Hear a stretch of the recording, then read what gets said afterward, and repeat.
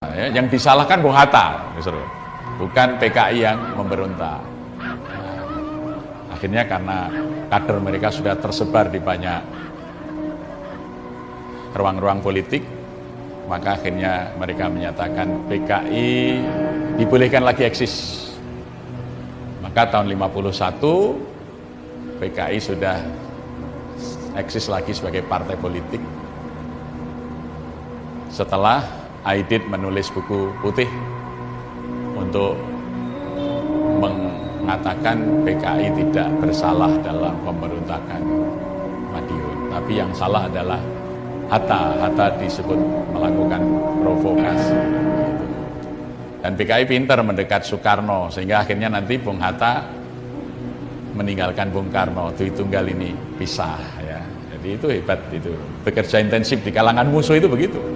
Dwi Tunggal yang dari awal perjuangan kemerdekaan satu bisa dipisah oleh PKI, dan kemudian Bung Karno lebih dekat dengan Aidit daripada dengan Hatta.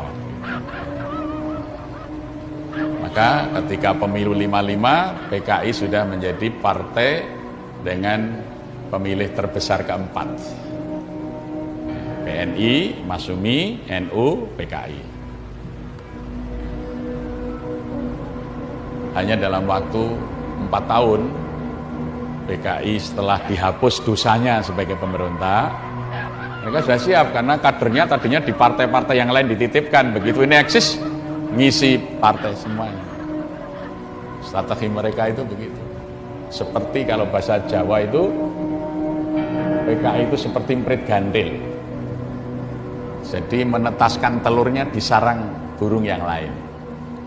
Ya, jadi ceritanya orang Jawa itu, emprit gandil itu kalau bertelur itu dia diiramkan kepada sarang-sarang burung perenjak. Telurnya burung perenjak dibuang. Jadi nanti kalau menetas bukan anak perenjak tapi anaknya emprit gandil ini. Jadi ini strategi ini ditiru oleh PKI. Jadi kalau PKI belum bisa eksis, dia mengeramkan telurnya di partai-partai yang lain sampai menjadi tokoh-tokoh puncak di partai itu. Nanti ketika lewat partai-partai itu memperjuangkan supaya PKI bisa eksis, dia kembali ke sarang apa? Ke bentuk aslinya. Partai-partai yang lain ditinggal kosong itu. Itu strateginya begitu. Ya. Prit gandil. Maka dulu kalau menjadi kode-kode rahasia, jadi ya tit gitu ya suaranya burung ketasi atau prit gandil itu ya.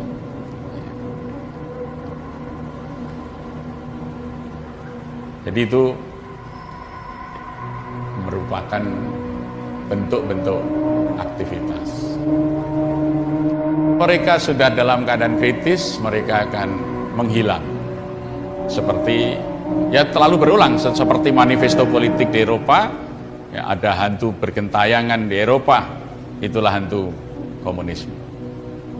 Demikian juga ketika Dewan Revolusi sudah kepepet, apa kata Brigjen Suparjo? Ya, kita bergerak seperti hantu, bergerak, terus bergerak, menggalang, terus menggalang, tanpa bentuk. OTB, organisasi tanpa bentuk, tapi terus bergerak, seperti hantu. Nanti tiba-tiba muncul. Maka simbol-simbol bangkitnya PKI itu selalu menggunakan simbol-simbol hantu. Kita melihat ketika reformasi muncul memedi sawah di mana-mana, ya. Bahkan pernah ada festival memedi sawah. Sebetulnya itu simbol kita sudah hadir, gitu. Organisasi tanpa bentuk itu berupa sel-sel yang satu kelompok dengan yang lain tidak saling mengenal, tapi secara ideologis sama. Nanti kalau sudah muncul hantunya, oh itu kawan, oh itu kawan, itu kawan, itu kawan. Nah, ya, itu.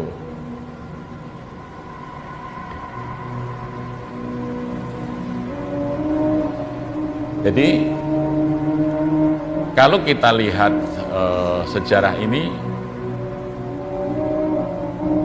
sepertinya suasana politik akhir-akhir ini kok seperti tahun 63-64. Ya, gitu. Saya tidak tahu apakah MKTB itu berjalan intensif dan sudah kuat waktunya untuk hadir, maka tokoh-tokoh Islam yang mengalami masa-masa seperti itu sekarang mendorong kita belajar sejarah tentang komunis, nonton lagi film PKI yang dihilangkan dalam sejarah, dan bahkan mereka akan mendorong pemerintah minta maaf. Nanti kalau pemerintah minta maaf, organisasi itu langsung bangkit dan langsung anggotanya yang terserak itu berkumpul. Partai-partai tempat bernaung itu akan kosong. Ya. Jadi mereka sudah merasa cukup anggotanya dititip di mana-mana, itu sudah cukup dewasa, sudah saatnya sarang baru tumbuh.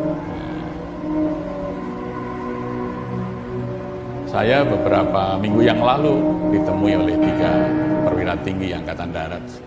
Secara khusus saya diminta bertemu di Kodim, tidak ada orang lain. Saya diminta menyampaikan pendapat situasi politik hari ini dan kira-kira PKI itu bergerak seperti apa, di mana, kira-kira begitu. Itu diskusi dari pagi sampai siang.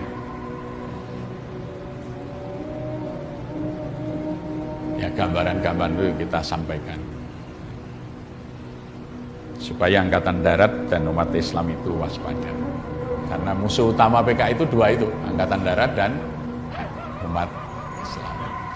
Maka yang dibubarkan adalah Masyumi, HMI, yang diculik, dibunuh para jenderal Angkatan Darat. Itu karena itu musuh utama. Dan dua-duanya ini akan disusupi melalui MKTB. Jadi kalau dulu ada demonstrasi, maka akan digerakkan demonstrasi tandingan. Jadi diadu rakyat. Dulu strateginya disebut demo kontra demo. Dulu namanya. Mungkin kalau bahasa sekarang persekusi. Ya, kalau dulu namanya demo kontra demo. Jadi kalau ada umat demo, masyarakat demo, nanti ada kelompok lain mendemo yang demo tadi, dihadapkan gitu, ya. Itu strategi PKI, demo kontra demo.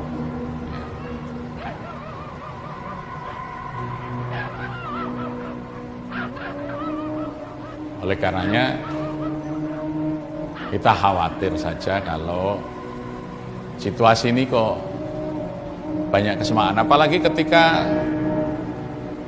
Fadlizon mengunggah potong BP angsa, loh kok persis ya. Jadi dulu di sini kalau pagi operasi dari RPKAD itu, RPKAD Resimen Komando Angkatan Darat itu, dia mulai operasi dengan lagu komandonya. Siap senjataku di tangan kanan, ikat pinggang penuh peluru granat tangan. Ayo serbu, serang Gestapo, sampai titik darah penghabisan, hancur lebur perintah kemerdekaan. Di belakangnya Kokam, Komando Kesiapsiagaan Angkatan Muda Muhammadiyah. Dulu seragamnya jaket kuning, baret hijau, ya. Tidak pakai doreng. Doreng itu saya yang mulai Kokam doreng itu di sini tahun 90. Waktu Muktamar Aceh itu satu-satunya Kokam yang berseragam doreng dari Jogja, dari Jogokarian. Ya. Sebelumnya Kokam itu jaket kuning, baretnya hijau. Itu di belakang RPK dia punya lagu, potong bebek angsa masa dikuali, bapak ne PKI, ibu ne gerwani, ayo diciduk, digawa neng Bantul pakani diwul. Sekarang kok ada potong bebek angsa versi Fadlizon nih. Nah ini kalau dulu yang nyanyi gitu itu Kokam. Jadi Kokamnya juga bersenjata AK Kalashnikov. Jadi pemuda Muhammadiyah yang gabung di Kokam itu dilatih dengan senjata serbu AK. Ya. Karena waktu itu hanya RPK yang betul-betul anti komunis ya. Nah maka dia mendapat dukungan dari rakyat. Pertama di masa pemuda Muhammadiyahnya diketuai oleh Pak Muhadi Zainal Esa, dilahirkan Kokam, Komando Kesiapsiagaan Angkatan Muda Muhammadiyah. Kemudian diikuti setelah pembantaian tokoh-tokoh Ansor di